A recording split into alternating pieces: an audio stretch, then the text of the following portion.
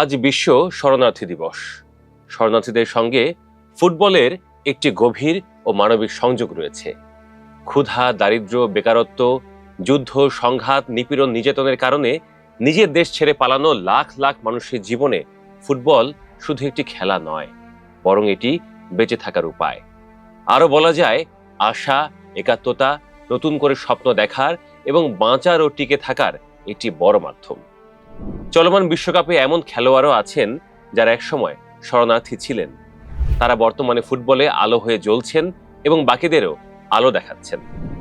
প্রিয় দর্শক, আরেকটু সহজ করে বলি, আপনারা নিশ্চয়ই জানেন শরণার্থী ক্যাম্পের জীবন অত্যন্ত কঠিন, অসহনীয় এবং অনিশ্চয়তার ভরা। সেখানে বিনোদনের সুযোগ নেই বললেই চলে। এমন পরিবেশে একটি ফুটবল এবং সামান্য একটু ফাঁকা জায়গায় বদলে দিতে পারে পুরো বাস্তবতা। শিশু ও তরুণরা যখন ফুটবল খেলে, তখন তারা কিছুক্ষণের জন্য হলেও তাদের দুঃসহ যন্ত্রণা, কষ্টকর স্মৃতি, ট্রমা এবং ফেলে আসা অতীত জীবনের কথা ভুলে মেতে উঠতে পারে আনন্দে। নতুন কোনো দেশে আশ্রয় নেওয়ার পর ভাষা, সংস্কৃতি ও পরিবেশে ভিন্নতার কারণে শরণার্থীরা প্রায়ই একা ও বিচ্ছিন্ন বোধ করেন।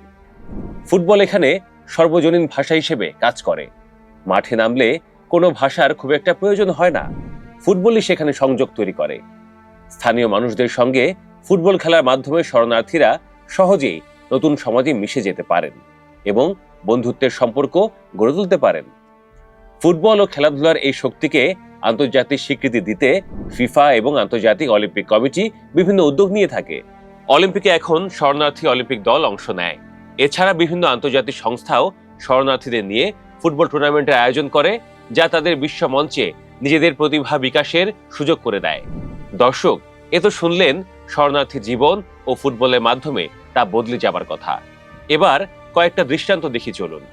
অর্থাৎ, যেসব ফুটবলার আগে শরণার্থী ছিলেন অথচ এখন ফুটবলে সুনাম ছড়িয়ে চলেছেন, তাদের এই গল্পগুলো বিশ্বজুড়ে লাখ লাখ শরণার্থীর জন্য একটি বড় অনুপ্রেরণা।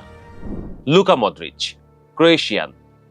ছোটবেলায় ক্রোয়েশিয়ার স্বাধীনতা যুদ্ধের সময় তাকে শরণার্থী শিবিরে থাকতে হয়েছিল। আজ তিনি বিশ্বসেরা ফুটবলারদের একজন এবং ব্যালন ডিওর বিজয়ী।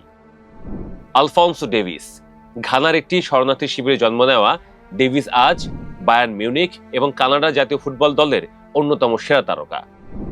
এদুয়ার্দো কামাভিঙ্গা, অ্যাঙ্গোলার শরণার্থী শিবিরে জন্ম নেওয়া এই তরুণ বর্তমানে রিয়াল মাদ্রিদ এবং ফ্রান্স দলের অন্যতম ভরসা।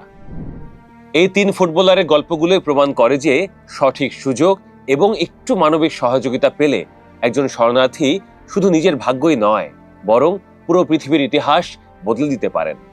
প্রিয় দর্শক, তাহলে বুঝতেই পারছেন ফুটবল শরণার্থীদের জীবনে আশীর্বাদ হয়ে এসেছে।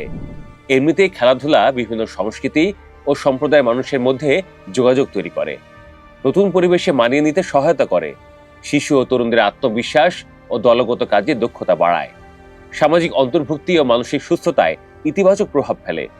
এ কারণেই ফিফা এবং জাতিসংঘের শরণার্থী সংস্থা সহ বিভিন্ন সংস্থা খেলাধুলা, বিশেষ করে ফুটবল ভিত্তিক নানান কর্মসূচির মাধ্যমে শরণার্থীদের সহায়তা করে।